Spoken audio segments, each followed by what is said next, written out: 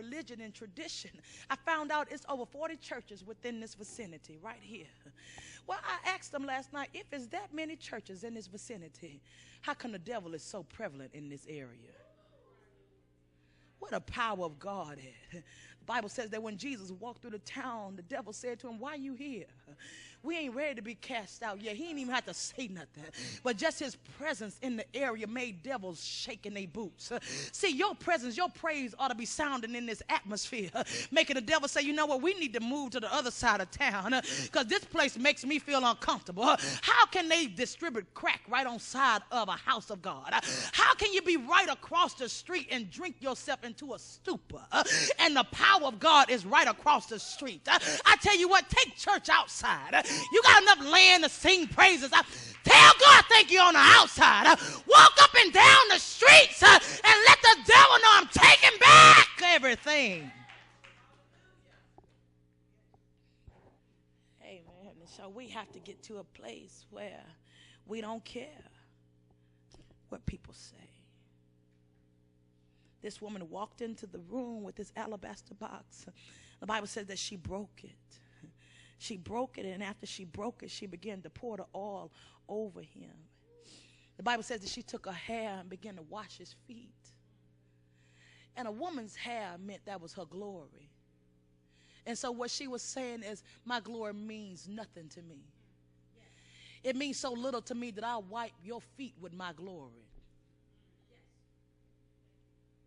I mean nothing no more. My stuff, my things, what I have accumulated, my collections mean nothing to me. My dresses, my shoes, my cars, my houses, my relationships, my hairdos mean nothing to me. Y'all see, I sweat my hair out in a heartbeat. It don't even bit more matter to me because God taught me how to do my hair when I was 11 years old. And I had no idea he was teaching me how to do my hair for ministry. I thought he was just teaching, saving my mama some money. But I knew how to do my hair at a young age. And so God taught me, but I didn't know that was for ministry because he knew I sweat a lot in my head. He said, so I'm going to teach you. So every night after I preach, I go home, I wash it, I lay it down, I wrap it, I put a bandana on, I wake up in the morning and I curl it because I know every time I get before his presence, he already know I can't do it cute. I didn't even try to do it cute. I start off one way and then I'm telling you by the end it's something totally different. You have to look at me and say, is that still overseas? It surely is. Because when you decide to bring God everything that you have, you bought none with nothing.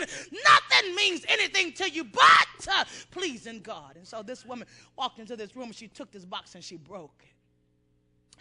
What I love about this text is she broke the box was symbolic. Because what she did was, if you go back and look up the word broke, it meant to shatter.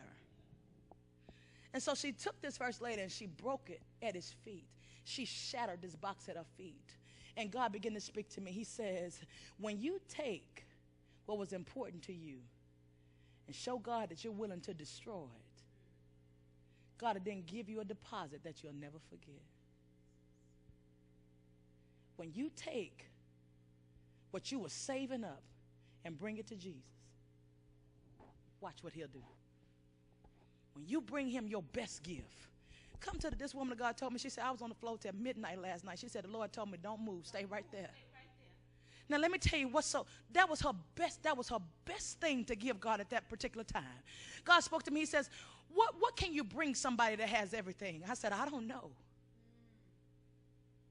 What can you bring God that has everything? I said, I don't know. He said, you can bring me you because you are one of a kind.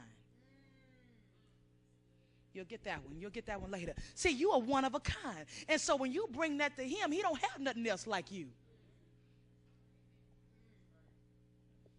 So when we do what the Bible says, we bring our bodies as a living sacrifice, holy and acceptable unto God. That's just our reasonable service. He gets excited because now he has a gift that's not like no other gift. So when you bring your body, your mind, your heart, and your substance to God, there's nothing else like you. She broke it, which also symbolized I ain't going back to it.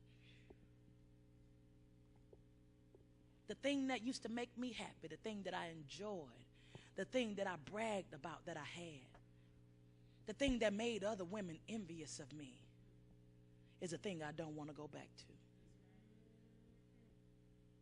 So she says to him, she breaks the box and she says, what used to separate me from you is now what I'm willing to bring to you.